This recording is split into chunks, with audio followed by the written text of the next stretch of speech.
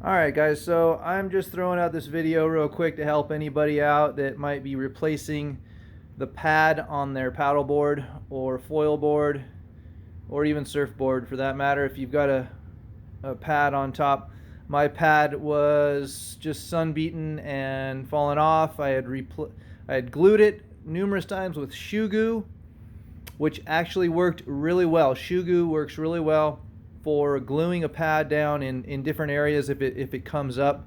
But after a couple of years of that, the front ended up fully peeling off, and I decided to put a new pad on. So in the process, I've learned a little bit, and I'd like to help you out. So first off, you're going to want to rip your pad off.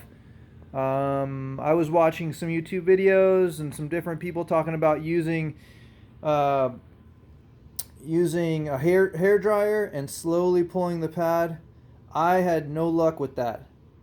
The glue just wanted to stay on the board as the pad was pulling off. It didn't matter if I got it hot or not.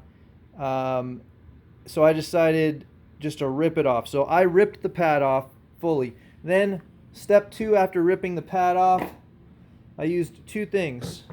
I used WD-40 and this scraper. I don't know, it's 20-inch, 18-inch, probably 20-inch scraper, maybe 22-inch scraper.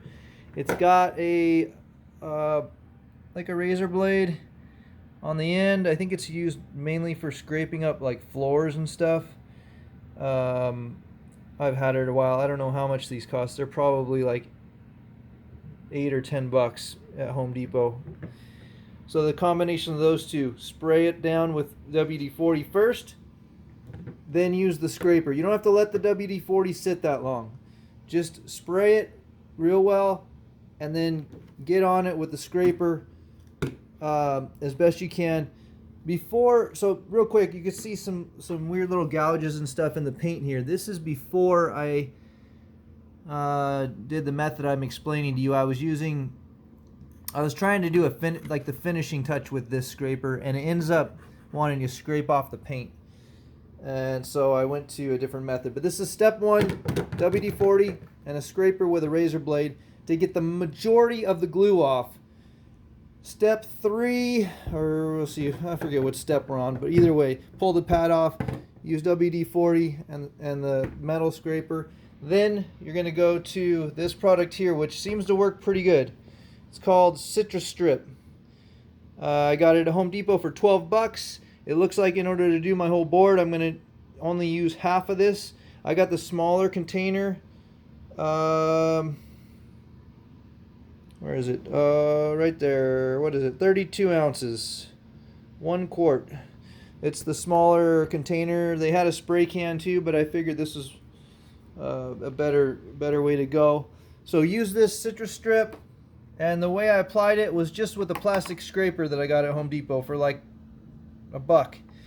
You could use a brush also, but I just kind of used it and spread it so that it was a super thin coat all over the board. You can kind of see it here. It dries a little bit, but once you let it sit on there for a while, you just start getting on it like this. And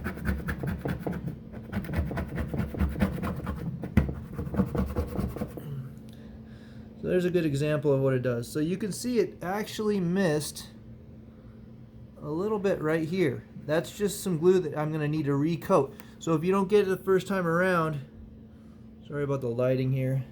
If you don't get it the first time around, that lighting's horrible, sorry. See, that's scraping off pretty nice right there. There's no glue right there.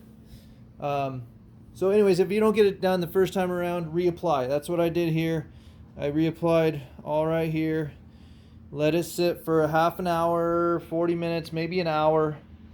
I'm inside right now because it's a little warm outside, and the package says, the container says not to use it in like over 85 degrees.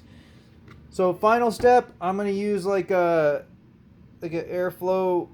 mass airflow sensor cleaner, kind of like a brake cleaner, Either that or a lacquer thinner to give it one last wipe down, to get it real nice and clean, in order to put the new pad on. Alright, and then I'll be out ripping on this big 11-foot Fisher paddleboard. There it is. Alright, see you guys. Good luck.